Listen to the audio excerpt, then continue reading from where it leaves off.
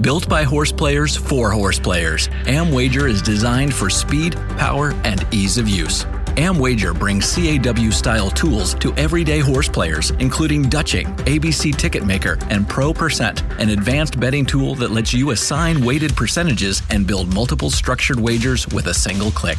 Every month, AmWager turns the odds in your favor with 0% takeout on select tracks. These promos offer you up to $100 more for your winning bets and giving you value for your wagers not offered anywhere else. Rated 4.7 stars on Google with over 200 reviews, AmWager is trusted by horse players who expect more from their wagering platform. If you're looking for better tools and better value, you need AmWager. Void where prohibited. For terms and conditions, visit amwager.com. Must be 18 or older, 21 or older where applicable. Gambling problem? Please call 1-800-GAMBLER. In New York, call 1-877-8-HOPE-NY or text HOPE.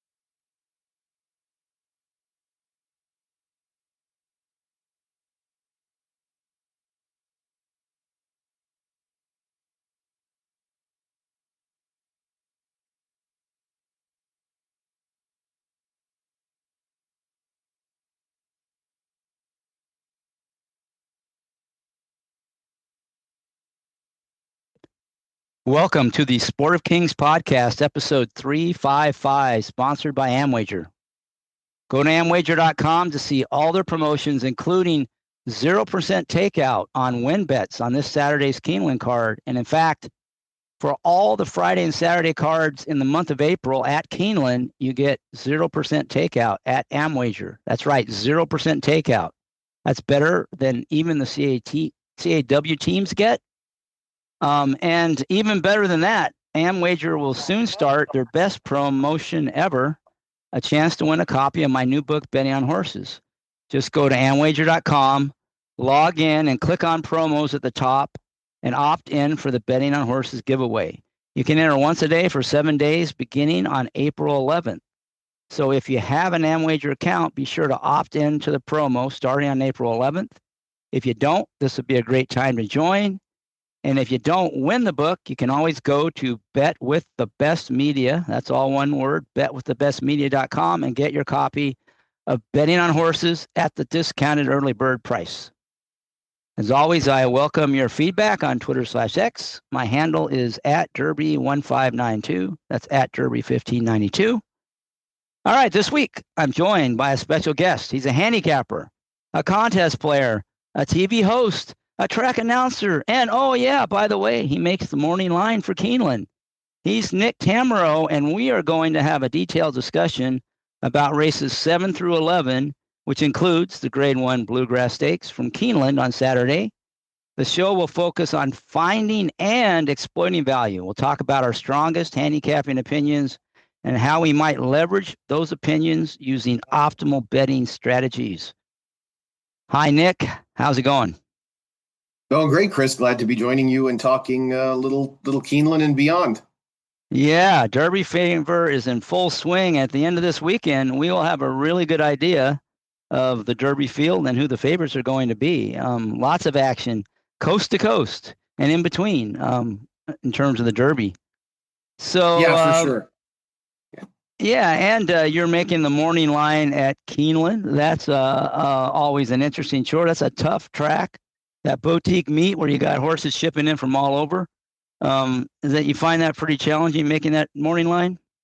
Oh yeah, beyond challenging. I think I had forgotten prior to these first two cards coming out how difficult it really is. But yeah, it's a real task. And as you mentioned, with the converging form of horses from all over, and throw into the mix now more so these last probably 2-3 years, that when I started doing this in the spring of 23, you didn't really have Turfway as strong as it is now. So, now you have pretty legitimate horses coming from Turfway, and that makes it very, very challenging. So it's definitely no easy feat. Yeah, the surface, which either sent the turf, sent the dirt, or both, that just adds more to the mix for sure. So why don't you talk a little bit about, I mean, you're a handicapper and a contest player as well, and you bet on the horses. So kind of what's your general approach to selecting races you're going to look at? In some cases, you're sort of forced to, I guess, as a morning line maker. But, how do you, when you look at the races, decide what races you're going to bet and how you're going to bet them, just kind of at a high level? What's your process? Yeah, I think, in terms of handicapping, my focus is really trying to concentrate on race shape. I'm looking for extreme pace scenarios where I can try and bet a horse that might have it in their favor. Obviously, I want to keep in mind how to zig when the public is going to zag and look to go against them. All the best bettors of any type, whether it's racing or sports, are contrarians, and they're looking for something different than what the public is just latching onto. So, the normal handicapping process for me would be to go through a race, obviously identify from a speed figure perspective using any combination of buyers, thoroughgraphs, and Timeform US, who might have a sneaky advantage, who might be cycling into a race the right way. I look at a large volume of races on a weekly basis. So depending on what track it is, I'm generally going to try and kind of focus on tracks that I follow closely. So in the wintertime, Gulfstream and Santa Anita, and then in the summertime, that'll gravitate more northward towards Keeneland and Churchill, Saratoga, obviously. And so it's really that, trying to figure out how I think things are going to unfold on the racetrack based on what's happened kind of on paper in a way. And if you can identify one that you think might be the beneficiary of an extreme pace scenario, then you have to take full advantage of it. So I think it's also important. I watch a lot of replays, so I try to find the trips that maybe a lot of people overlook and try to stay away from the obvious trouble that people are going to latch onto, because, you learn over time that those end up kind of being a fool's errand in many ways. If you're chasing the same trip horse that everybody's seeing because they got into some general amount of trouble, whether it was significant in your mind or not, you're kind of chasing your tail. So I'll usually try to avoid those and focus more on ones where I can make a good case. And that can get as granular as, did they move at the wrong time? Were they moving when the race was not quite or was completely collapsing? Did they move and make the move that made the race collapse? Did they show speed after breaking out of the gate poorly and then expended too much energy in the opening stages? So all of those things, some of which you can't really quantify numerically, but you can certainly do a bit of it from a visual perspective. Yeah, that's really interesting. I mean, you brought up a couple of good points, and that sometimes things like obvious obvious bad trips could even get overbet in the pools, or obviously fast horses on the speed figures might get overbet, and that's kind of one of the themes that I have in the book that I've written, betting on horses. Kind of how over time these edges kind of people uncover these edges, but over time they sort of dissipate. And I know you have a copy of the book and you started reading it. I just wonder, you have any comments on the book, maybe on that theme, and anything else you kind of gleaned from reading the first few chapters? Yeah, I mean, in many ways, I was an annoying little kid going around Trinity Meadows in the early 90s, which was a small racetrack west of Fort Worth, asking everybody who they liked, and sort of, not really doing it for the reason that Jay Trotter did and Let It Ride, but just because I generally wanted to hear their process. I wanted to hear, oh, you like the three? Well, why? What was it about it? So to get people's different perspectives on gambling success, on handicapping success, I think is great. And if you can get anything, any little iota, any little nugget from the way somebody else goes about things, it's going to help you a ton. And I mean, I think all of us that have had any success betting on racing have had somebody to bounce ideas off of, or have had someone who maybe, I love to talk to people who I know have a slightly different handicapping approach. And we all have that friend that it feels like when they're winning, you're losing, and when you're winning, they're losing, right? And so you want to talk to them because you might be they might be seeing something that you're missing. So I think anytime you can kind of profile people that have had success and what they do in terms of going about the process and honing in on things that really work for them, I think it's incredibly rewarding and really fascinating because, we all are trying to achieve the same purpose, but we might go about it in tremendously different ways. And I think it's about really modifying and perfecting your process that makes you really capable of kind of getting to the next level. Yeah, I totally agree. It's amazing how much different the approaches are of some of these players who have been really successful in the past. And it's kind of our job as players to figure out what works best for us, because it's not one size fits all. Everybody's probably, their strengths are different. Their approach is different. The way they think is different. And you have to kind of find that sweet spot that works for you. And that's what's cool about the game is there's no one way to do it. There's not a right way and a wrong way. Yes, exactly. And it has to be your way, right? It has to be sort of uniquely yours, even if you're taking a variety of perspectives from people that are doing it a different way. And, you want to make it so that ultimately you're betting on the horses you like with your money, because it's not anybody else's endeavor. It's an individual one. So that can be difficult. And I mean, we all have our ups and downs. We all have weekends where we feel like we have days where we feel like we've had good opinions and bet them properly. And, and then you have weeks where you feel like you couldn't pick a one horse race. But the key is to stick to your fundamentals and make sure that you're going about it the way that you're most accustomed to and most comfortable with, because once you start to stray from those, you're in trouble. Yeah, you have to evolve, right? But you want to do it in a systematic way where you kind of evaluate how you're doing and identify where you need to improve and where you're strong.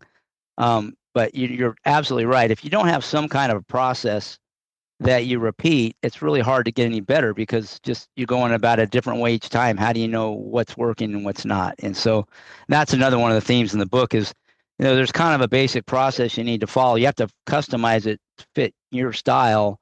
But, if you don't do something in a consistent way over time, it's really hard to get consistent results. It's all based on that process. Right. And I think, the lowest feeling we all have is when we see a failure where we got away from our process, or we got away from, something that might be something that we hold sort of sacred in a way. Right. And so if you've gone through your handicapping in the normal way and you've identified a horse that you think is value, which obviously value, just to touch on that, I hear the word value used a lot on television, on racing shows and things like that. Value is the ultimate subjective topic. There is no such thing as what I consider value, you might think is completely ridiculous, and vice versa, right? So I might tell you that this 4-1 shot is value because I think he should be 5-2, and you're looking at your form or however you're studying it and thinking, well, I think he should be 8-1, right? So I think he's completely nuts. And I think if you consider yourself a value-based player, which, let's be honest, we all should, and you pass a horse, or you don't bet enough, or you do something that strays from what you've normally grown accustomed to, that's a big mistake, right? And nowadays, looking at it realistically, being pragmatic, the opportunities to find good bets on a daily basis are a lot lower than they ever were before. I think you go through a process like you were in the NHC, and I've been in it plenty of times, and know that we're not looking at the cards we were 20 years ago. We're not looking at big fields and wide open races over and over on any given card, especially on a Thursday or Friday. So you can't miss those opportunities. And if you're sticking to your process and passing on some of them, you got to get away from that. Yeah, one of the main themes in the book is you want to make sure your bets are aligned with your handicapping opinion. So to me, that's the one error you should never make that's really unforgivable is if you bet in a way that does not match your opinion. And either way, if you think a horse is a really good value and you decide to pass for some strange reason, not a good decision. If you don't think a horse is good value, but you decide to, bet the horse anyway or include it in all your plays, that's a bad decision, regardless of what the outcome is. You want to make sure your bets align up and are, consistent with your opinion of the races. I think that's kind of fundamental. No question about it. Absolutely. And you also don't want to find yourself saying afterwards, boy, I wish I had bet more. right? You want to make sure you make the wager you're comfortable with, and you might realize that as the whole day goes by and you didn't really have any other good opinions, then sure, you're going to wish you bet more. But I think as it goes race to race, you want to make sure you're doing it within your comfort zone, and you're making the kind of wagers that really can help you have some success and make money. Yeah, for sure. So before we get started on the races, and this is great, I could talk about this stuff all day, but I'm sure the listeners want us to get in the races. But I also always like to talk about the betting menu. So Keeneland, it has penny breakage, so that's definitely player friendly. All the Kentucky tracks do. That's great. And also Keeneland is below the median takeout for most bet types. In fact, just about all of them other than the pick six, they're lower than the median. So that's player friendly. They have 15% rolling doubles, which is great.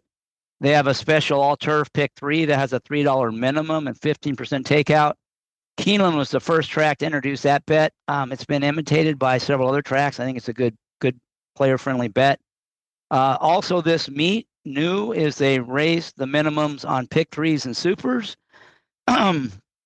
What that does is it typically means that it could bolster the payouts when you get longer price horses involved. People are less likely to spread, and the teams can't be quite as precise in the way they structure their bets. So you may get a little better payouts if you can find some of the value horses we were talking about. Horses that prices are significantly above what you think they should be.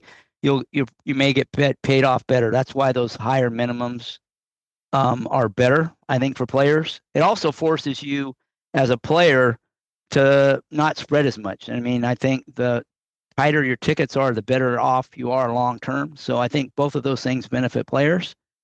Keeneland also has a 15% takeout on the pick five.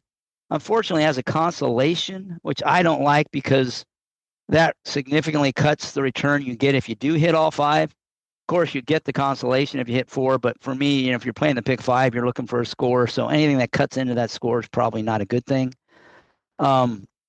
But overall, the wagering menu is pretty good at Keeneland compared to most tracks. Unfortunately, though, despite all the issues they had last year with the late odds drops, the CAW teams still have unfettered access to all the pools. There really hasn't been any changes that restrict their access to the pools. So that doesn't mean you can't bet, just means that you have to make sure you really have found value, because the combination of takeout and competition from the teams, it's a lot to overcome. Now, if you take advantage of the AmWager promo, that 0% takeout on win bets, that hurdle becomes much lower. And so if you can take advantage of that, win bets might be a great way to focus your betting at Keeneland during April.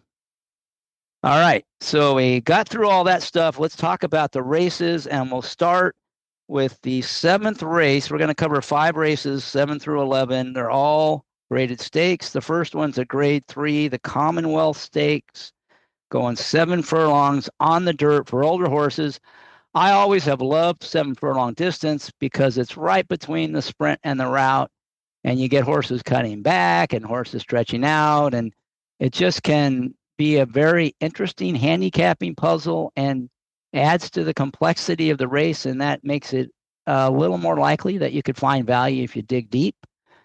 This race, Nick, you talked about how you look for extreme pace scenarios. Well, this might be one of those where there doesn't seem to be much pace signed on. The favorite, according to our morning line maker, which is you, Nick, has Saudi Crown at 8-5. I think he's going to be a strong favorite. Probably get bet below that, but he's going to be the big favorite. And it looks like he might have a pace advantage as well as a class edge on these horses. Are you going to be leaning on Saudi Crown? You're going to try to beat him? What do you think about this race? Yeah, I mean, he's going to be a prohibitive favorite, no doubt about it. Todd Pletcher let Dave Grenning know that BU is going to run in the Carter in lieu of running here. Obviously, if he wasn't in this race when I made the line, you're probably looking at more like even money, if not 4-5 on Saudi Crown. BU had some good local form and was coming in off a stakes win, so he was going to take an appreciable amount of money. The question from a from a handicapping perspective is, I do think that the version of Saudi Crown we've seen when he's been treated with Lasix has been a little bit better, going all the way back to that Saudi Cup where he ran huge in 2024. And quite honestly, I mean, he's never run that well again. He ran great. To lose by less than a length to Senor Buscado or Anushka Tesoro while dueling quality other speed horses into the ground, that was a really, really strong effort. And yeah, we've been waiting for it to happen again. It just hasn't occurred. He's had a hard time staying healthy as well. But now Brad Cox is able to get 2 races into him off the layoff. I thought he was good in his comeback race. I think the buyer figure is helped by the fact that the pace was very much on the slower side if you're a Timeform US user. And he ended up getting a 127 Timeform US figure, but he did finish, finished authoritatively, and he uplined pace figure wise throughout the race, which you generally don't see from a horse with this style. I think Flavien Prat holds all the cards here on him. I think he'll be very, very tough to beat, and I envision him probably dipping down under even money now, just because the other speed horses, National Identity, who really doesn't have Saudi Crown's kind of speed, number one. And number two, he's being ridden by Joel Rosario, who is not exactly a guy that wants to run and gun out of the starting gate. So it would be a big surprise if he really pushes this horse into the mix. So yeah, I would anticipate if I'm playing the pick 5, I'll probably single Saudi Crown for, every 4 times I use him. I would maybe use 1 ticket with a horse like Crazy Mason, who, maybe it seems a little crazy thinking he could win. He's the ultimate collapse horse, but Irad is so good with off the pace horses. 7 furlongs is well within his scope. He won the Carter last year and, just had the misfortune of running into Bookham Dano and some horses that were very, very sharp when he caught him. So I could at least make a case for him off the layoff. Yeah, it does seem like he'll be one that's pace compromised, right? Because he just doesn't have any early foot at all, Crazy Mason. Yeah, he's going to take the worst of it. You wonder if maybe he has some races going back where he wasn't quite as far back, and maybe Irad tries to do a little bit of that, but it would definitely be monkeying with his style a little bit, and that's probably not the best thing to do with a horse that's been to the post 18 times. He is fresh, which maybe that could lead to him showing a bit more early speed. But yeah, it's hard to envision them going quickly enough to really set him up. He's class-wise, he's just the only alternative to me to the favorite. Yeah, the one thing I'll say about Joe Rosario, to me, he's two-dimensional. He goes for the engine or the caboose on every race. But he will go. He'll send horses, and he's not bad on the lead when he does it, but it's like he's either going to send them or he's going to just wrangle them all the way to the back. It doesn't seem to be any middle ground with him. So I don't know. I'm not sure what he'll do on National Identity. That's probably the key to the race, because if he doesn't put any pressure on Saudi Crown, it's kind of hard to see him losing the race, right? I mean, he'll get to repeat what he did last time, and slow fractions. And like you said, he just kept going a little faster. Like you said, he uplined his pace numbers in that race, which is unusual for a dirt race for sure. I did have one horse I kind of was interested in here. That's the 3-horse Track Mate. He doesn't necessarily class up with these horses, but if you look at his form, all his sprint races are really good. He's never really run a bad sprint. He has a win over the Keeneland track last fall. And, his last race was kind of where he had no chance to catch Concrete Glory in a race. He just was against the flow, but he still ran well. He closed, he couldn't catch the winner, but he got past everybody else. And, it's not like he's going to be dropping way back like Crazy Mason. I think, he'll be probably sitting third behind the pace setters. So he might get the trip if for some reason Saudi Crown, does get pressured. He might be the one, I think, that could pull the upset. And, he's one of the longest shots on the morning line. I'm not sure what he'll go off with BU out. But, if he's 8 or 10 to 1, I think he's as likely to run well as anybody beyond Saudi Crown. So that was the one that kind of caught my interest a little bit. Yeah, I hear you. Rusty Arnold, all-time winningest trainer at Keeneland. Worth noting, Rusty's got a 227 ROI in the last 5 years at Keeneland and $1.90 everywhere else, which $1.90 is a very strong ROI for any trainer nowadays, especially one that has a decent number of starters on a yearly basis. This is a horse that had kind of hinted at having graded 6 caliber ability when he was in Wayne Lucas's barn before. And after he won that first start for Rusty, I kind of thought good things were in the offing, but yeah, he's hardly out of the realm. And Now you'll probably get more like 7 or 8 to 1 with BU out. And he is in that position where he could be sort of where he was when he ran in that 6 furlong race at Keeneland last fall. And he had Axel Concepcion on that day as well. So I wouldn't be surprised if you see them position him similarly early on. Yeah. So, I mean, I'm not excited about this race, but if I were to play it, it would be probably play Track Mate and then maybe back him up underneath Saudi Crown. Just kind of hoping Track Mate is second best of the rest, even if Saudi Crown, runs his race and gets to kind of dictate things on the front end. Even if I get in the 2 slot, I could maybe make a little money. If I could beat him, I could do well. So that's kind of what I was thinking. So betting this race, are you a vertical player, horizontal player? Do you like doing both? What's your tendency in terms of betting? If I like a horse, then I'm going to bet them to win. Probably going to have to be 3 to 1 plus. I mean, less than that, it's going to have to be a scenario where I feel very confidently that the public is just not, if I see a horse that I think should be under even money and they're 2 to 1 or 5 to 2, I'll bet them to win. But obviously at that point, you're going to be betting more. So your risk goes up a little bit. But yeah, and then as far as multi-race bets go, I feel like I've chased my tail for years on pick fives and I still try them. I don't bet them nearly as much as I used to. So I probably am more comfortable at this point in pools like the double, the pick 3. I do like the pick 3s being $1. I think that's better. I just wanted to touch on that real quick too, because you mentioned it when you were going over some of the menu changes. So as far as the CAW conversations go, I want people to understand, because I've had people say to me, oh, they go to these high minimum wagers to cater to the CAWs. It's actually the opposite.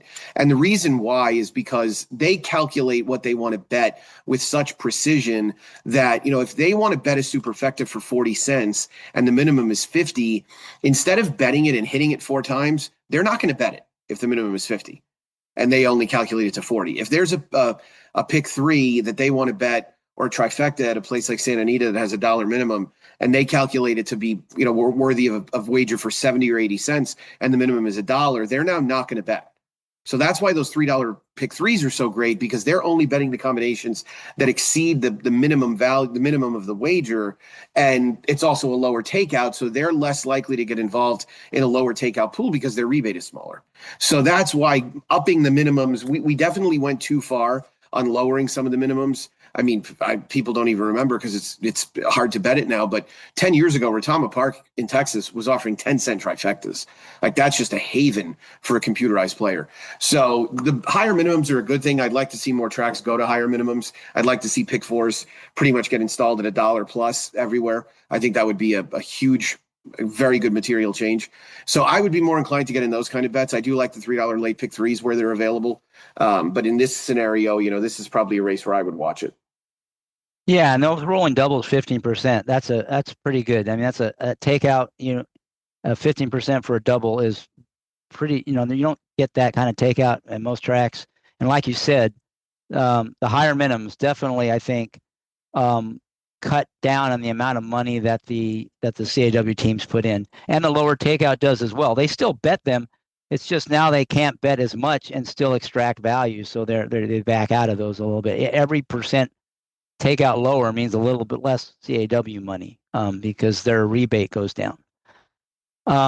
So sounds though to me, I didn't hear you say anything about exactas or tries or supers. Sounds like you're a win and horizontal player primarily. Yeah, I have almost completely gotten away from tries and supers. A lot of my contest success early on was betting into those pools, but it just feels to me like the value has really been taken out of them in many places. Exactas I'll play. I'll try to keep it simple, 1-2 combinations a race at most, because you're just diluting your wagering and your potential return so much with each combination you put in. So that would generally be kind of the way I approach it. So this race, though, sounds to me like it's a pass on the win bet, because Saudi Crown's the one you think looks pretty strong, and you don't like to bet the real chalky favorites. And you're probably not going to go at even money or 4 to 5 on him. And you don't see that. Yeah, no way. And you're not too much into the vertical plays, so he would probably be a single or a heavy lean in any horizontal plays. And we'll find out more about what you think of the rest of the sequence. But that's kind of how you're looking at this race. Exactly. All right, so let's go to the next race. That's the 8th race. That is the Grade 2 Appalachian Stakes. It's a mile on the turf for 3-year-old fillies. It's a 2-turn route, very competitive. You have the favorites near the outside, the 8 Lion Lake, the 9 Sister Troyene, and the 10 Imagination the Lady. None of them are heavy favorites. They're probably going to vie for favoritism. You've got Sister Troyene as the favorite, the 9. You think those 3 favorites the winner's going to come out of that, or are you looking elsewhere? What are you thinking on this race?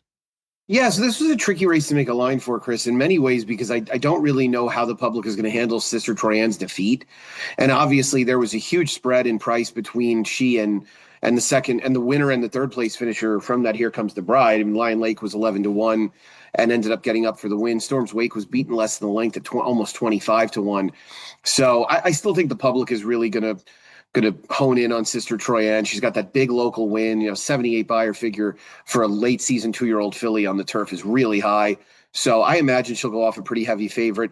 I think there's also going to be some movement in the market with her going to IRAD.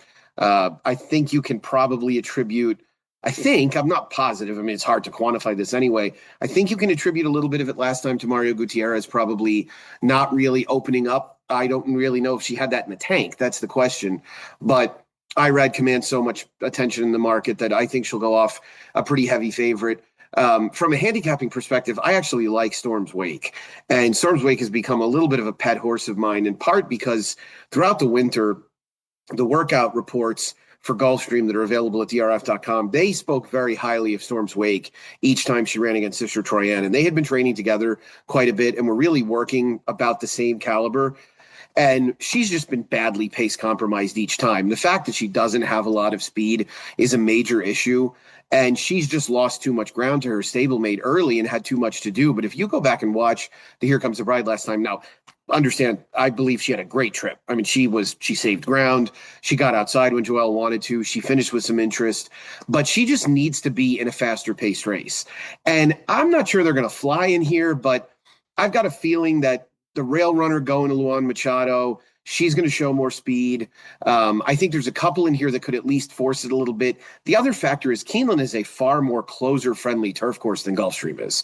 And so I think Storm's Way could be a horse that now getting out of South Florida, speaking of horses that ran big as 2-year-olds, I mean, she got a 75 buyer in her second start beating males going long on the turf. So this is a filly with some quality, and we're going to get the best of it price-wise in here. So I'm going to bet her. I'm going to bet her to win. I'll probably play her in an exacta underneath Lion Lake and definitely one on top, but she's going to kind of be the focus of my attention in this race.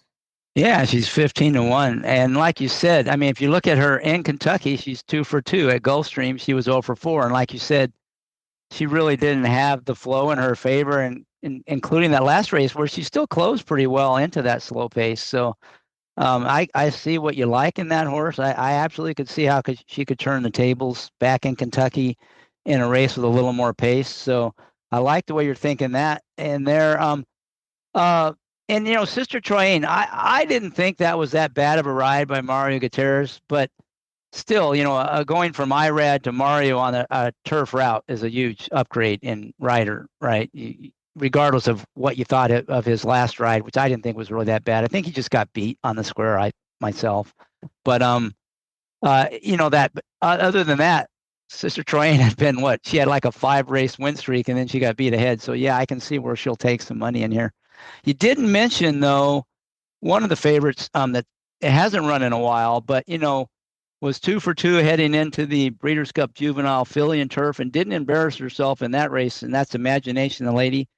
You do have the outside post, you do have the layoff. Well, what are your thoughts on that horse?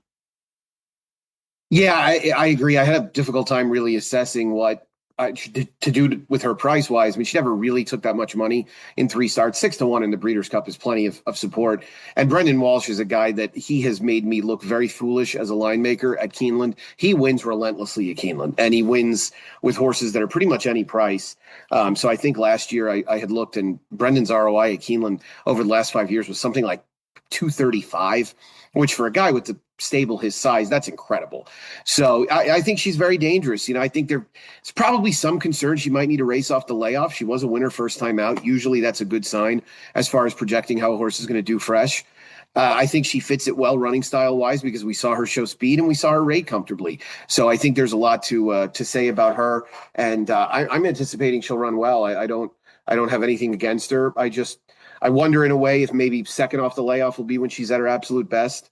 And I did think as far as the Jessamine goes, she kind of had the best of it trip-wise. She was a little bit close. The pace did come apart late, but we saw Time to Dream and Infinite Sky both either have to navigate through some traffic or give up ground out of the gate, whereas I thought things went particularly well for Imagination Lady. So I guess against her for now, but I'm hardly going to be surprised if she runs a big race.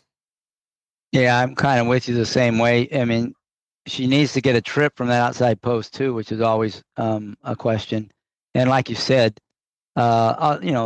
she's probably going to run some good races this year. Maybe it's just not the first one off the layoff. So there were a couple horses I was interested in here that you haven't mentioned. So I'll mention them and you can kind of tell me if you have any opinion on those. And the horse I like the most in here is the 5 Coca-Motion, who on the debut at Tampa, I just thought was ultimately, just really, really impressive. And then they stepped her up the next time out, and she got absolutely hammered at the windows. And then, she came from dead last in her debut, but they had her up on a hot pace for some reason in her second start at Tampa, and she held on pretty well. She was definitely the best of the speed horses, but she just was against the flow, and she got beat. But she ran third, and I didn't think that was a bad race at all. And I think now she gets her third different rider in 3 starts. I have a feeling that the tactics will be much different than they were last time. And certainly she has the ability to lay up closer, but I have a feeling they're going to be more patient with her. I think she might be the most talented of the bunch, and maybe can bounce back with a better trip in here. Could handle these. Not sure about what price you got her kind of in the middle at 6-1. I don't know the way she got hammered at Tampa, but maybe that was off that impressive debut. And now that she's been beaten, maybe the luster is off, and that's Keeneland, not Tampa this time. So I don't know. At 6-1, I can kind of see her as playable. If she gets bet down below that, I probably would not be betting her to win. But maybe she could even float up. I don't know. I mean, you probably got that pegged about right, I think. And at that price, I think there's some value there. The other horse I like, especially as a win bet if Coca-Motion gets bet down, is the 1-horse Spirit Doll. I think you mentioned a little bit on that one. Down on the rail is always a good place to be, I think, on 2-turn routes, unless something strange with the course. And this horse, her debut on the turf was really good, and I expected a little more out of her last time, but she was coming off the layoff. She did get hung a little bit wide. It was in that same race we've talked about. She didn't finish as well as Storm's Wake did in there, but she did have a wider trip, and I have a feeling that she could bounce back with a big one second off the layoff. And if she gets a trip down on the rail where she saves ground and gets through clean, that's worth several links on some of these horses drawn out near the outside. So to me, though, at 15-1, there's definitely value there. So for me, 1 Spirit Doll and 2 Coca-Motion are the plays. But I'm just curious if you had any opinion on either one of those. Yeah, I think Coca-Motion she's interesting. Obviously, as you said, the public really went nuts for her last out, betting her down to 9-5. It's one of those trips, you see the running line and you think, oh, she must have made a big middle move. And really what happened was the pace horse just completely stopped at about the half-mile pole. And I think she kind of inherited the lead. Not that Johnny was keeping her from going to get it. But I do think with Junior Alvarado on, you're going to see more of a mid-pack type trip. Junior's generally a really patient guy, wants to save ground and finish, which I think could definitely work in her favor. I didn't love that the 4th place finisher from that race came back, and I thought underperformed last week at Gulfstream, kind of dropped in class a little bit to a listed stake and ran 3rd, maybe got going a little too quick on the front end early, but I didn't love the way she ran. And then the 6th place finisher from that race was in the same race, and she came back and just never fired at all in the Sanibel Island. Worth noting, both of them did improve their buyer figures a little bit, so that 74 could end up proving to be a little bit low. And so we'll see, how that shakes out. But I don't have a big argument with her. She was just not one that I wanted to bet, but no argument with anyone who likes her. Yeah, I was just saying in defense of the fourth place finisher in that race, Lahaina. I like that horse. I bet it, and that horse just went way too fast Yeah, she early. did fly out there, no I doubt. mean, that was an example of Joel. He goes like crazy on the front end, or he goes last. He's got two ways of riding. And that one, he was blazing on the front end. That horse had no chance with that trip, and it still held on for third. So I thought that was actually a good effort and kind of validated the race. So I kind of have we both saw it completely different. But for me, and part of it was I was really paying attention on that horse because I bet it. Not as a win bet, but I had it singled in some picks, and I went down with that. After the first quarter mile, I knew I had no chance. So that one, Yeah.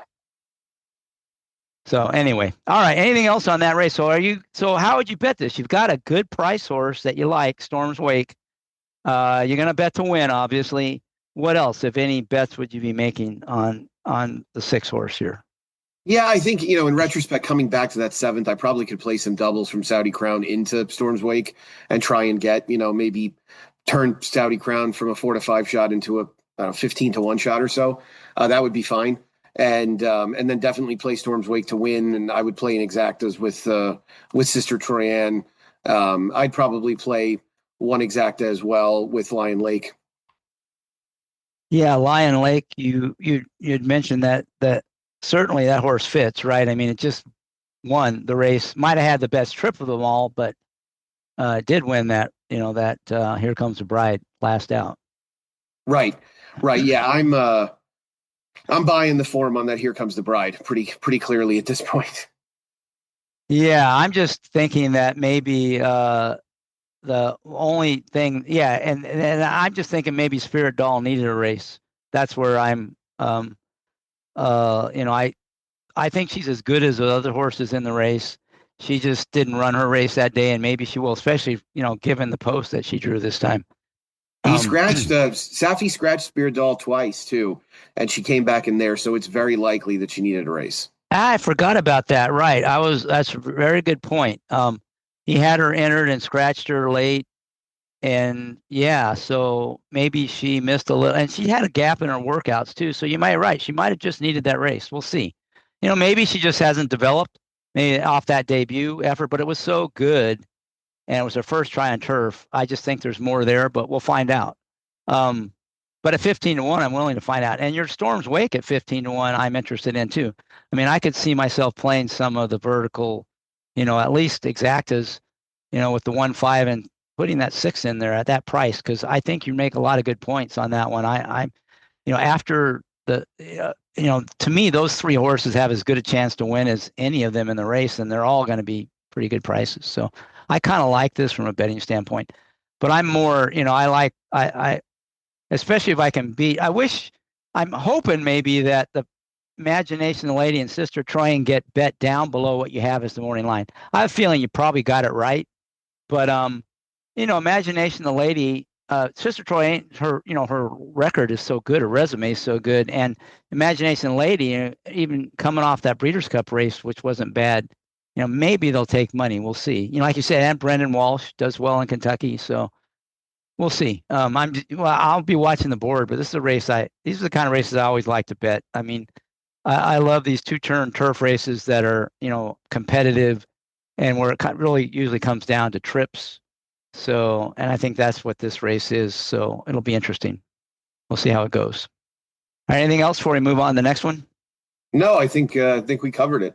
All right, this is a grade 1 at 7 furlongs on the dirt, the Madison Stakes for older fillies and mares. Not a whole lot of grade 1s going 7 furlongs on the dirt for older horses. So, and getting a grade 1 on the resume is a big deal for these mares as brood mares. I think Clico is the only one in here that actually has a grade 1. So it's a big race for these horses. The last 7 furlong race we talked about didn't seem to have any pace on. This one looks like it could have a lot of pace on. So you have the favorites as Grand Job and Our Disaster at 2-1 and 3-1.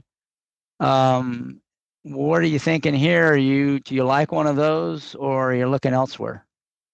Yeah, as you said, I mean, this race is loaded with speed. You're probably going to get some level of early foot from Grand Job. Our Disaster obviously has only one way to go. I can't imagine Safi entered Mystic Lake to go up and duel with Our Disaster. So we'll see who he ends up starting among that pair. I mean, even Praying when she was at her best was capable of being close. And when you think about that TCA that she won back in October and compare it to this race is much tougher, much deeper. This is probably an opportunity for me to look like a complete idiot making a horse like Eclatant 4-1. But I didn't know how the public would handle her because, I mean, that was a gigantic improvement last time out. And I know that I integrate into my handicapping. I know that other people don't. I feel like Lasix probably helped some of that. So I'm going to need to see her run that well without Lasix before I buy in. But the public in general is going to see a 104 Fig at Gulfstream on the buyer scale and say, hey, that's a horse that's just really turned a corner, who's already a winner at Keeneland for Brad Cox with Irad on. So I wouldn't be surprised if she's bet down to near favoritism with Grand Job. I just couldn't make Our Disaster too big a price because, number one, she always gets bet. I mean, she's been even money or less in 4 straight starts and has been 5-2 or less now in 6 straight starts. So granted, they've all been against weaker competition, but she just takes way too much money for me to not really price her properly. I got to tell you, Chris, I kind of thought this race was too hard. I'll be honest with you. I liked Ragtime until I went and watched her workouts. I watched all the 3 of her last 4 workouts, and she looked decidedly mediocre in every one of them. Now, I've learned over time in watching workouts to be very careful with Bill Mott because he is a guy whose horses can look pretty ordinary in the morning and then outperform them. I will also say that I have not watched this horse's workouts prior, so I don't know if maybe she is a little bit more of a lower end workhorse, but she was training with turf horses and horses that she is much better than, and she did not get by any of them. So, and she allowed one to beat her when they got to the wire. So I don't love the way she's training. I liked her a lot better before I saw that. So that kind of cold watered me on the race in general. And I think if you forced me to bet something in here, I'd probably play Sterling Silver underneath in exactas. That's something I'd be willing to do. Put her on top for a little bit as well. I'm not sure why they're putting the blinkers on her because she really doesn't need to be forwardly placed at all. And her only chance in this race is to have them fly in front of her and drop out. But that's kind of the only thing I could do that would be clever. Yeah, I'm on Sterling Silver, though. What I find interesting, it is a new barn. This is only like the 4th start in this barn, right? And she just moved. So that it's not like it's the same trainer had her until she's 7 and then all of a sudden puts blinkers on. So, and if you look at her recent workouts, I couldn't watch any of them. I couldn't find any of them on any of the places you can look. But her last 2 workouts are sizzling. And when I see an equipment change and a huge difference in the workout times, that catches my eye. So it could backfire like you're hinting at. If all of a sudden she's on the lead, it's probably not a good thing. But if she just, puts herself in the race a little sooner and doesn't, use so much energy, she loses her late kick. I'm just really intrigued by that horse. I'm very interested in that one off of those workouts and that change and the fact that she might get a setup. You did mention, I'm like you said, why would Safi enter both Our Disaster and Mystic Lake in here? He's probably going to scratch one of them. If he runs them both, that doesn't seem to make any sense. So that's one of the speed on paper that will probably not be in the race. But like you said, there's other speed horses in here like Grand Job. And even Eclatant from the rail probably has to be a little more, they have to kind of urge her out a little bit. She doesn't want to get shuffled back. So it does seem like Sterling Silver may get a good pace to run into. And with that equipment change, maybe she doesn't need as much of a setup as she's had needed in the past to run well. She might be more into the race. So I like her. And the other horse you mentioned that I like is Praying, who runs well fresh. She's got her big win at Keeneland. She can set, she can be forward, but setting off the pace. And I thought the race she won at Keeneland actually wasn't bad. I mean, she beat Vava, who in Kentucky is almost unbeatable and who actually ran well in the Breeders' Cup last year. Zeitlos is another really good horse. So, I think if Vava was in here, she'd be the favorite. So, I'm not sure if this is that much tougher than that field. Maybe a little deeper, but at the top end, beating Vava, I think, puts her, if she can repeat that effort off the layoff, And she doesn't have the kind of connections that attract money. And Rosario gets the mount for the first time, as we've talked about, and I've said, he's probably not going to send her given what this race looks like on paper and this horse's preferred style. He probably will set her back, and she probably will be finishing. And she looks dangerous. And if she's anything close to that 20-1 morning line, I'm really interested in that horse. So for me, it's Praying and Sterling Silver, and I'm hoping that they hook up. The other horse I'm interested in is Clico. I think she's maybe the best horse in the race, but she does have that Grade 1 win already, and this is sprinting. She's a route horse, so it kind of looks like a prep. But the reason I'm a little bit hesitant to say that is, A, they are running in a Grade 1, which is kind of a tough spot to pick for a prep. And her workouts have been really good. She looked really good in her workouts. So she might just be so good that, she gets the job done, even though this is probably not an objective for them, probably not her ideal distance, but it is that in-between distance, and there could be some pretty good pace in the race. So, if she does actually go off at 6-1, there's a little bit of value there too. So I'm kind of going to try to beat the favorites in here, and and go a little deeper with the 2 Sterling Silver, the 7 Praying, and the 3 Clico. And from a win bet standpoint, Praying would definitely be the win bet at the morning line, but we'll see. I have a feeling Sterling Silver and Praying may be a little closer at post time in terms of odds. But we'll see. Yeah, it was obviously a very tough race to make a line for. I mean, I'd prefer not to make a horse like Praying 20-1, but I was out of points, and there was not any place to go. And I'll tell you what threw me off more than anything is how much Grand Job got bet in the inside information last time. And now you get back to a scenario where you've got a horse that has been 2-1 or less in 5 straight starts and was sub even money in 4 of those. I know they were against lesser competition, but I mean, they bet her in the inside information like she couldn't lose, and she delivered on it. So it'll be interesting to see if they handle her the same way. She's been, situationally, she's been very good since she came to America, really saved that one bad effort at Churchill. And she's good enough to win this race. She doesn't seem very appealing from a wagering perspective. No, but you're right. She takes money. Ragtime always takes money, right? That horse gets bet like crazy every time it runs. And, and then you've got, the other horses, like Eclatant, who's coming off that big win with the good connection. Like you said, Our Disaster is a horse that takes money all the time. So, yeah, the tough race for a morning line, but they can't bet on all of them, right? So we'll see. Maybe Praying is 21. If so, I'll be definitely betting on that horse in this race.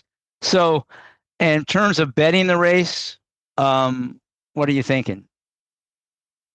Oof, I'll play a few bucks to win on Sterling Silver, probably play her underneath in the exactas for a little bit more because she's more of a fill-in type. So I know I said before my trifecta play is limited. It is limited to situations like this where I might play a Kia horse in third and try and just use the horses on top that I think can win, which, in this case, I'd probably use Eclatant. I'd probably use Grand Job. And then maybe play a few more of them and, try and do like a 2x4x1 trifecta for $6 for every dollar. But I haven't really fleshed that out quite a bit. I do want to see how the track's playing a little bit too. I find myself each year planning on betting off the pace horses at Keeneland in a day or so. Anita cursing about how hard it is to make up ground. So I want to keep that in mind as well. Yeah, that's a really good point. Keeneland is almost always somewhat speed favoring. But the 7 furlong distance, they have that long run to the first turn. It is that kind of in between distance. That maybe, to me, I found that one is maybe sometimes less a speed favoring as a lot of the 2-turn races, the short run to the first turn and the shorter sprint. So we'll see. But yeah, that's definitely something to keep an eye on. All right, so let's go to the 4th race in the sequence. The Grade 2 Shakertown Stakes, going 5.5 furlongs for older horses. Not a lot of Grade 2s on the turf for older horses, just sprinting. So again, this is a big race for these horses. These races are always crazy wide open. I feel sorry for the morning line maker on this one. You kind of punted. You don't really have anybody as much of a favorite. Litigation, the 8's 4-1. 12 usually wrong 9-2. Those are probably going to be two favorites. They probably aren't going to be heavy favorites. So, what are you thinking in this race, this crazy race here? I mean, this thing is an absolute minefield, right? It is impossible to have any real opinion on this. It's also what's funny about this from a handicapping perspective, Chris, is that the three speed horses are all drawn on the outside. Yeah. So, this is a race where I remember many times in the past consciously trying to find a speed of the speed type. But that's going to be really hard to do when you've got to cross over 9 horses. And you look at a horse like Joe Shiesty, who went really fast on the synthetic last time out. He has had that kind of speed on turf in the past, but boy, it's going to be rough for him to get over from that post. Usually wrong, rated a little bit last out. He's a horse that has been a little bit better at fairgrounds than anywhere else, so I'd probably kind of stray away from him. Reese's Rolex's last race was very good. It was about as strong as you would hope and you would expect. Litigation just ran him down. Litigation is going so well right now and seems to sort of be impervious to any pace situation that might not be in his favor. Mondo Gets Buckets is in really good form. Bear River has run well locally. He's been good in Kentucky, not so much at Keeneland. With only one prior try. So I thought Yellow Card, I liked him last time when he won at Santa Anita. I don't really have much of an opinion, to be honest. As you can see, I made the line in this race, and I felt like it was really hard to guess where the public was going to go. I mean, I guess if you told me I had to make a pick, I'd pick My Boy Prince because I like the way he ran 2 back in the Gulfstream Park Turf Sprint, making the seldom used 12 to 5 furlong cutback off a layoff as well. So, I guess I would take him, and I would happily take 6-1. But yeah, this is one where you're holding your breath for a minute and 3 seconds or so.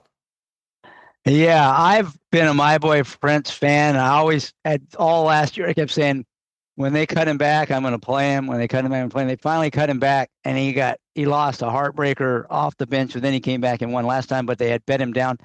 So now, I mean, I just don't know if he's worth a bet anymore, but I've always thought he was better sprinting. But I agree with you. Those horses on the outside, you can't get hung wide in a turf sprint. So they got to go. You would think this pace, if they had drawn more towards the inside, maybe it could be more tactical. But I have a feeling they've got to go in here. So anything could happen in this race. I'm kind of with you. I couldn't not find anybody I really liked in here, with one exception. And unfortunately, that horse is also eligibles. I like 13 Works for me quite a bit. And I actually think that outside post won't hurt him so much if he draws in, because he's one that likes to sit mid-pack, and actually help to have all that speed inside of him because they'll clear out, and he might be able to have a pretty good path towards the rail, right out from that outside post if he could draw in. With 12 horses, one of them might scratch, so there seems like there's a chance he could get in. If he does, I like him quite a bit. You also probably get a better price because he'll come off the AEs and he's on the outside. But I think he's sitting on a big race, second off the layoff. I think he hasn't had the greatest of trips in recent races. So that's the one horse that would catch my interest if he were to draw in. I would be playing this race and keying him. But if he doesn't, I just don't have anybody like. It's kind of like you. I'm in the same boat. The rest of them, I could make a case for them all, but not a strong enough case to want to play them. So for me, this is kind of a pass race, and the kind of race that might keep me out of playing horizontals, that include this race, unless Works for me draws in, and then I probably just single him and go for a home run kind of thing. Yeah, I mean, I think Litigation's the horse to beat. I just don't, he doesn't light my fire enough to really want to bet him at a relatively short price, right? And I mean, I know he's been bet pretty heavily in his last couple of starts. The courses couldn't be different, but he ran fine in Kentucky, so it's not like I'm too worried about him taking his game up to Kentucky. So yeah, it's one of those where a lot of times in these races, you can find one horse and say, okay, I like this about him. I think he'll get the right trip. I think he'll get the setup, so on and so forth. And I just can't. There's nobody in here that I can do so with any fervor whatsoever, and that was why I kind of punted. I think Litigation, if I had to pick the most likely winner, he would be the one, but he just doesn't tower over this field, so as the favorite, I could not play him. I just can't find the horse that I want to play unless the 13 draws in. So that's kind of where I am.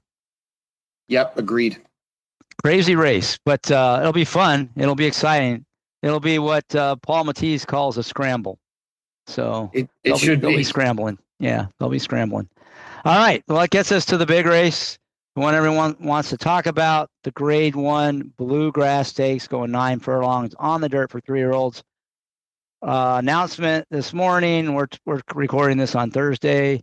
The 2-horse class president is out. He may not be off the Derby trail, but he is not running in the Bluegrass. And Chelly, the 7, is opting for the Wood. So we're down to 7 horses. The favorites are the 6 Further Ado and the 4 Reagan's Honor. They'll probably now be much shorter than they are in the morning line because class president was going to take a lot of money. Do you like either of those favorites, or are you going to look elsewhere? What are you thinking here? Yeah, just to comment on class president, I think me and you in a horse suit are likelier to be in the Derby than this horse if he's getting scratched in this race. But it's too bad because, I mean, he's obviously a horse that was on the improve, and I'd like to see how good he could have gotten in here. It was a really good spot, too, because, I mean, I don't know if you feel the same way, but I kind of feel like it was a 3-horse race, basically. I mean, I'm not envisioning any of the other horses being good enough to win. I think some of them could step up and run well. I think Further Ado, number one, I think the Tampa Bay Derby form was underrated. And I think the race that we now saw from the Puma kind of shows that the fig should be higher. It was lowered initially. It should be raised. It was a better race, I think, than people gave it credit for. A lot of times you see a 3-horse photo. It wasn't really a photo, but in many ways it was a 3-horse scramble. And people automatically think, it's just not that good a race. You know, there's one question that exists in this race, Chris, and it's if the Further Ado that showed up at Keeneland on October 10th ever surfaces again, then this horse is a legitimate Triple Crown race winner. Not a Triple Crown winner, but he can win any of the 3 Triple Crown races because he got a 98 Beyer speed figure as a late season 2-year-old, right? That shows a tremendous amount of ability. I don't know if that horse exists because the version that showed up the last 2 times is not the same. It's been very good, don't get me wrong, but it has not been the same and not been at that level. I believe that this horse is poised for a real step forward, second off the layoff. You know, this horse didn't have any difficulty in his trip last time, but I would point to a horse like Life of Joy in terms of Brad Cox being a guy that's going to get a horse ready off a layoff, but really have them ready second off the layoff. And I think that's where you're really going to see Further Ado take a step forward. So I'm envisioning he's going to run better. I want to see Reagan's Honor against stakes caliber performers before I really go head over heels for him. I know he ran very well last out. There wasn't any track profile that did it. I do think you pick through the PPs of those horses that were behind him. You know, Vamos Carlitos did come back and win a one other than with a 94 Beyer. So that's a positive sign. Favorite Day, who was second, was a horse that had broken his maiden impressively and got better around 2 turns. So I do think that was probably a better than par one other than.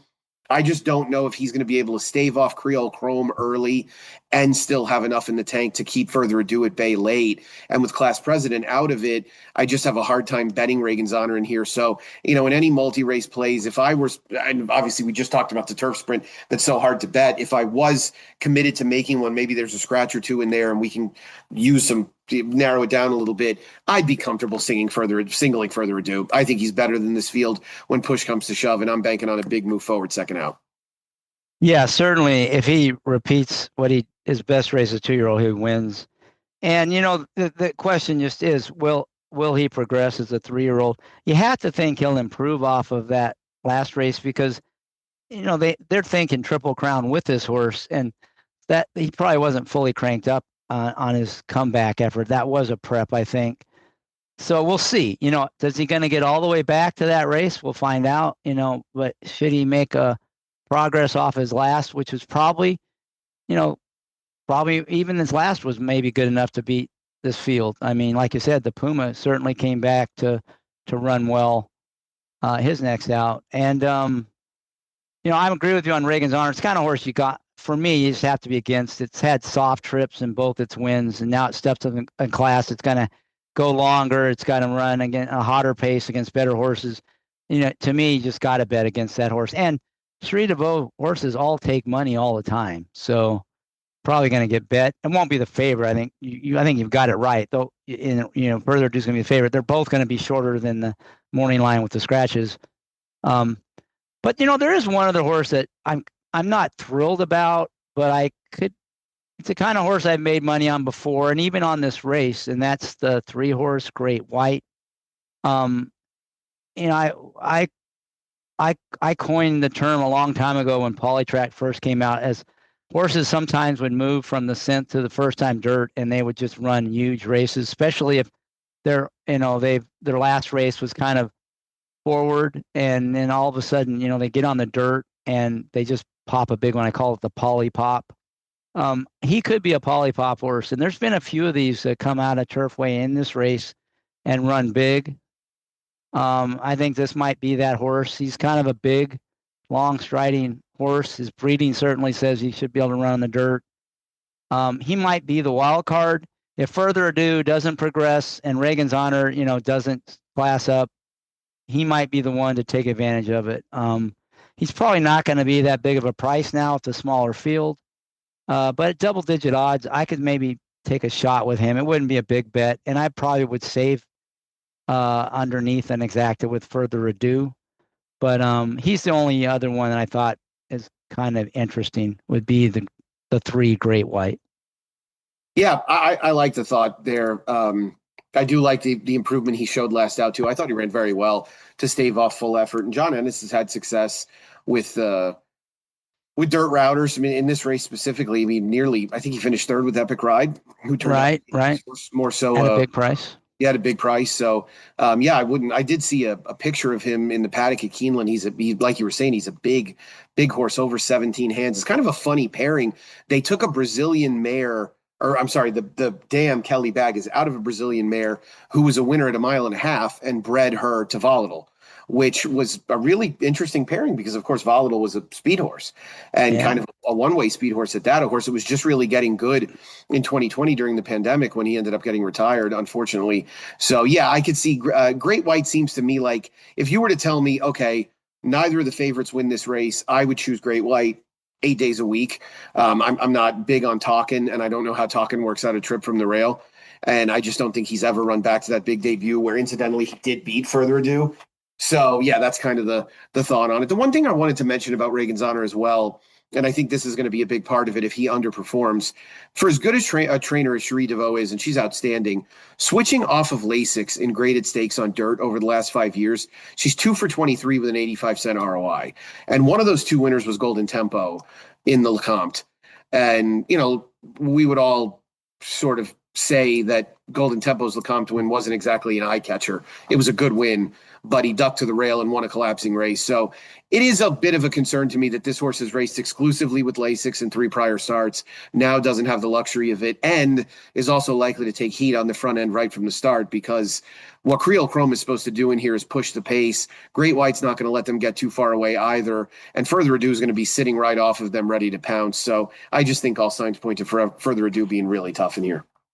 Yeah, I'm glad you brought up the Lasix thing, because I do think Reagan's Honor is one where he is going off the Lasix may not hurt, but it's certainly not going to help. And is a question mark, just another question mark to go along with several on that one. So I think that's definitely the one you want to be against in this race, would be Reagan's Honor, for sure. I'm glad you brought that point up.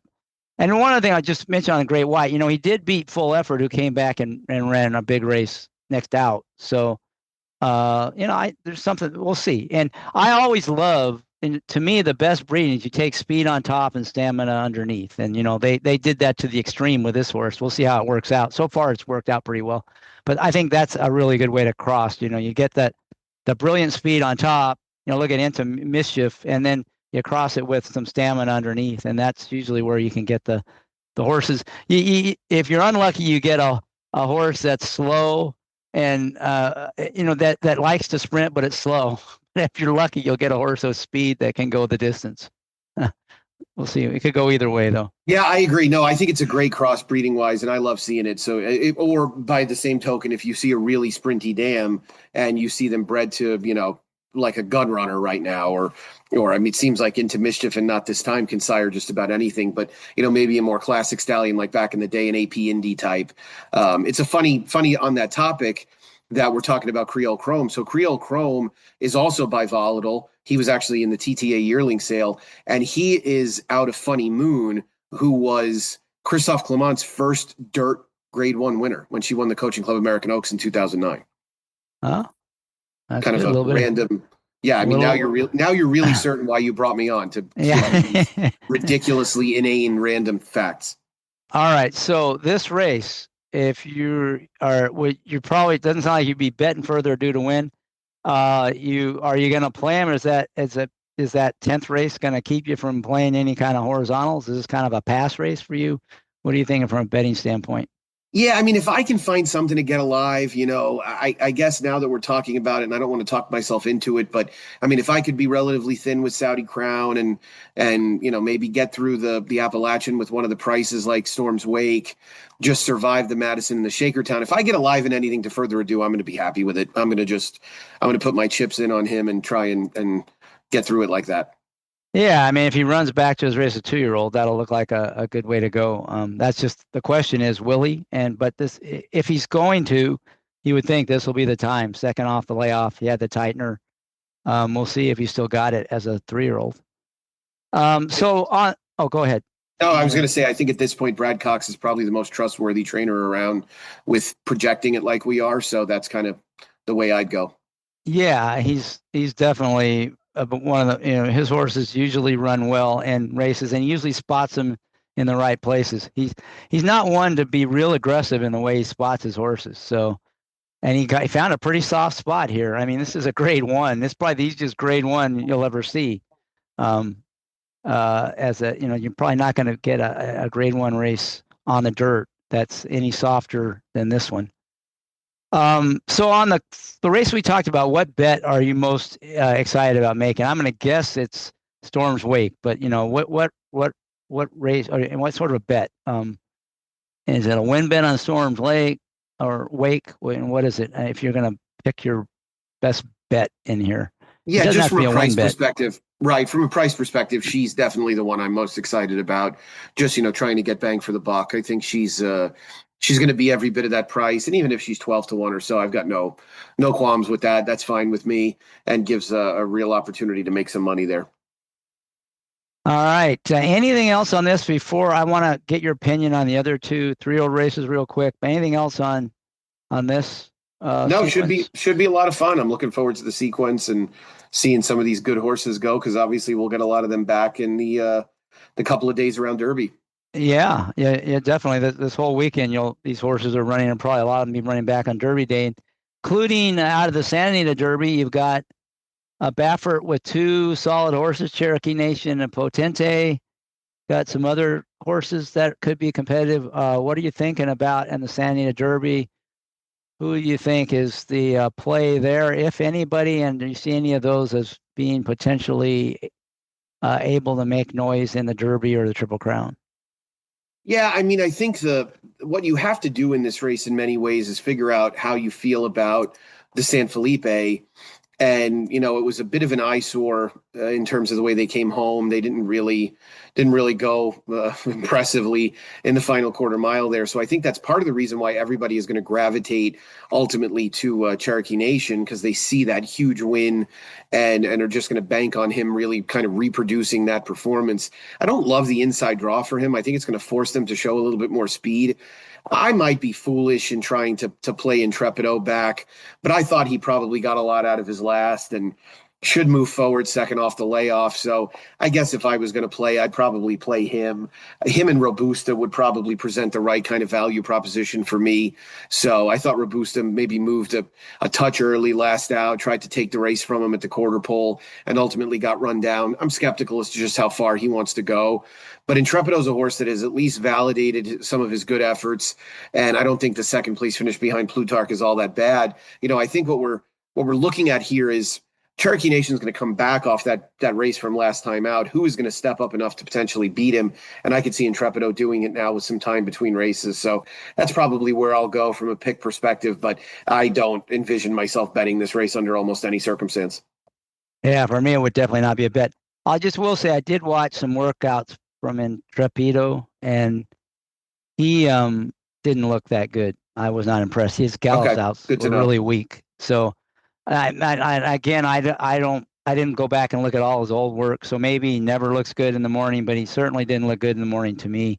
So that would be a negative for me on him at a relatively short price. And Robusta, the time to have that one was probably last time, right? And that was a heartbreaker. But yeah, I'm just interested to see the two Baffert horses. I wouldn't bet on either one, but Potente, he hasn't done anything wrong in his first two starts. And Cherokee Nation, he freaked last time. So if he runs back to that, it's kind of like, if Further Ado runs back to his 2-year-old race, then they're going to be a play, they're definitely potentially a player. But for me, it's just a race to watch. Certainly no bet in there. And then we go to the Wood, which is a big field, but not, and it looks to me like anything could happen in that race. Iron Honor drew the extreme outside. He wants to go. And Napoleon Solo drew the rail. He broke slow in his last start, and he wants to go and Talk to Me Jimmy.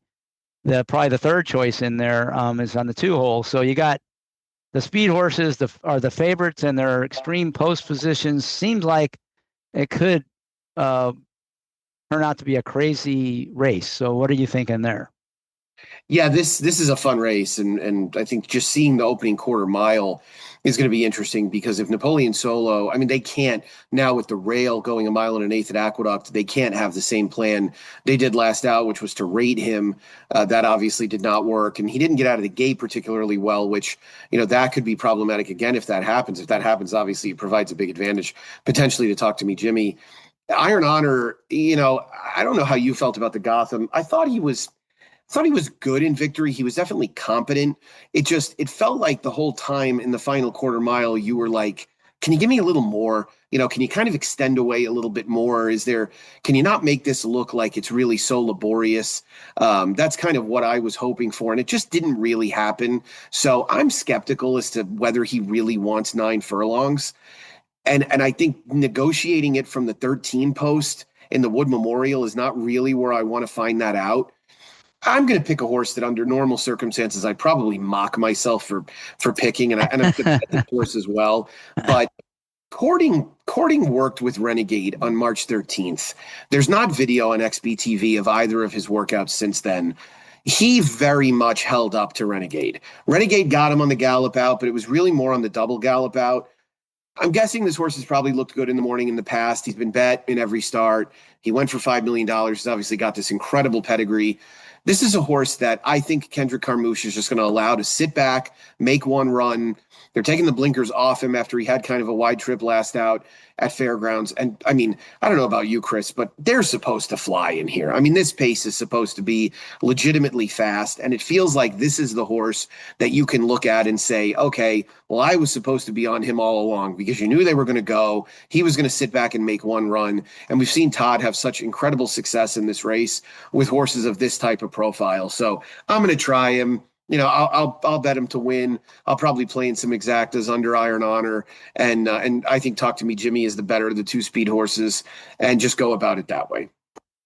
Yeah, I don't disagree with anything you said about Courting. I think he has upside. He hasn't really shown it. And to me, he looks like a Belmont horse, but he may get the pace set up in here to take advantage of that. He does seem like he's a little bit of a plotter. He's very grindy. Yeah. The longer they go, the better, and the faster they go up front, the better for him. Because I think he'll be finishing down the lane. So I wouldn't disagree. I'm just not sure about the price on there, what we're going to get. He's 8-1 in the morning line. But, with those other horses, maybe he will. And I think this is the kind of race that could just completely melt down. So, a couple other horses I would be interested in are the 2 Right to Party, who I think has been kind of pace compromised in a lot of races. And he hasn't had really good trips. I think there's a lot more he got trounced by Iron Honor, but I think could be a completely different kind of setup this time. And I think he'll be finishing. And then also Chelly is another one that I think will appreciate a hot pace. He kind of got trounced last time. He made this kind of an early move, but it was really wide, super wide move. And I think he just hung late because he spent so much energy on the turn. I think with a little a better trip, he might be finishing. So, I'm going to probably bet a little bit trying to beat all the favorites and just go with horses that'll be coming from off it. And Courting will be a key one, and probably Ocelli and Right to Party would be the other two that I would be real interested in. Maybe trying to get the exactas and tries with those, and maybe throwing a couple other long shots that might be finishing. Like even the 7-horse Albus isn't impossible and should be finishing up. So to me, this could be another one of those crazy woods where the winner's 60-1 and the runner-up's 50-1 kind of thing. We've seen that. It has a Bourbonic type feel, right? Yeah, exactly. Yeah. In fact, I remember the Wood. I think it was 2 years ago. Resilience won the Wood, and it was a total collapse race. He moved early and actually ran very well. And unfortunately, I was just totally seduced by that effort. And I bet him way more than I should have. And he's turned out to just be very ordinary. But behind him that day, I think the second and third place horses were both like 40+1. Yeah. And I think you could be looking at that too. The other element with Napoleon Solo that probably gasses this thing up even more is Paco's back, and Paco's on this horse, which hopefully means he gets out of the gate better, but it definitely means he's showing speed. Yeah, and he broke poorly last time, so poorly they worked him from the gate after it. So they're really concerned about the break. So Paco's instruction is going to be hustle him out. He's going to gun. Now he could still get left somehow, but I mean they're going to rush him up, I think. And you think Iron Honor, they've got to send him from that post. They don't want to get hung wide on that first turn. So it does seem like the favorites, and Talk to Me Jimmy can't be far behind. That you would think the pace would cook up. Of course, in New York you can never count on that, but it does seem like this could be another one of those woods like every few years we get where it just melts down and anything could happen. So that's kind of the way I would bet it. Yeah, I agree. I think the race I was referencing, the Resilience one, the second place horse was 106-1. The third place horse was 38-1. The fourth place horse was 80-1. Deterministic was 8th as the 4-5 favorite in there. Would have taken me a while to come up with that. Wow. Yeah. So I could see, Iron Honor being 4-5 in here and the same thing happening. So we'll see. Agree with that. Well, it'll be an exciting weekend for fans and for betting. And the end of Saturday, we'll have a lot better read on these horses. A lot more questions will be answered, but some new ones will get asked. And then it's just the countdown to the Derby and the Keeneland Spring Meet, which is always good racing all weekend long. So I want to kind of wrap things up. Thank you, Nick, for joining us today, and to all the listeners. That'll conclude show number 355 of the Sport of Kings podcast. Good luck this weekend, and please enjoy the Brooklyn Boogaloo Blowout. Cheers.